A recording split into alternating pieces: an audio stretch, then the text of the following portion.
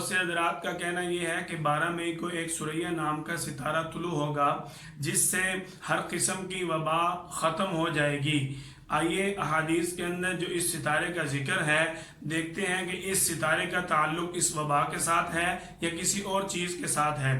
بخاری شریف کتاب البیوع، سنن ابی داؤد کتاب البیوع کے اندر یہ روایت موجود ہے۔ حضرت زید بن ثابت رضی اللہ تعالیٰ عنہ سے مروی ہے، نبی کریم صلی اللہ علیہ وسلم کے زمانے کے اندر لوگ پھلوں کو پکنے سے پہلے پھلوں کی خرید و فروخت کیا کرتے، اور جب پھل پکنے کے قریب ہوتا تو پھلوں کو کوئی نہ کوئی بیماری لگ چکی ہوتی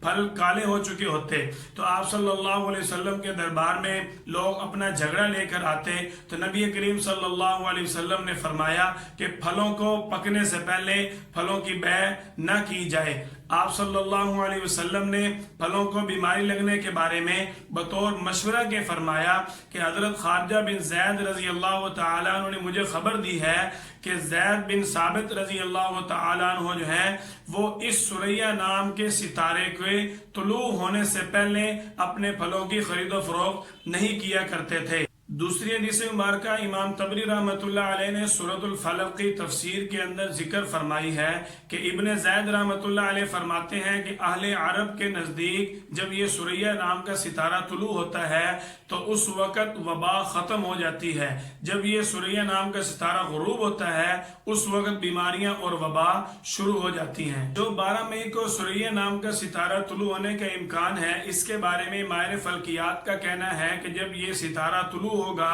تو ہر قسم کی وبا ختم ہو جائے گی، لیکن اہل علم کیا کہتے ہیں؟ علامہ سخاوی، امام مالک رحمۃ اللہ علیہ، علامہ ابن القیم، علامہ ابن حجر رحمۃ اللہ علیہ، یہ سب فرماتے ہیں کہ اس حدیث مبارکہ کا تعلق پھلوں کے پکنے کے ساتھ ہے، پھلوں کو لگنے والی بیماریوں کے ساتھ ہے۔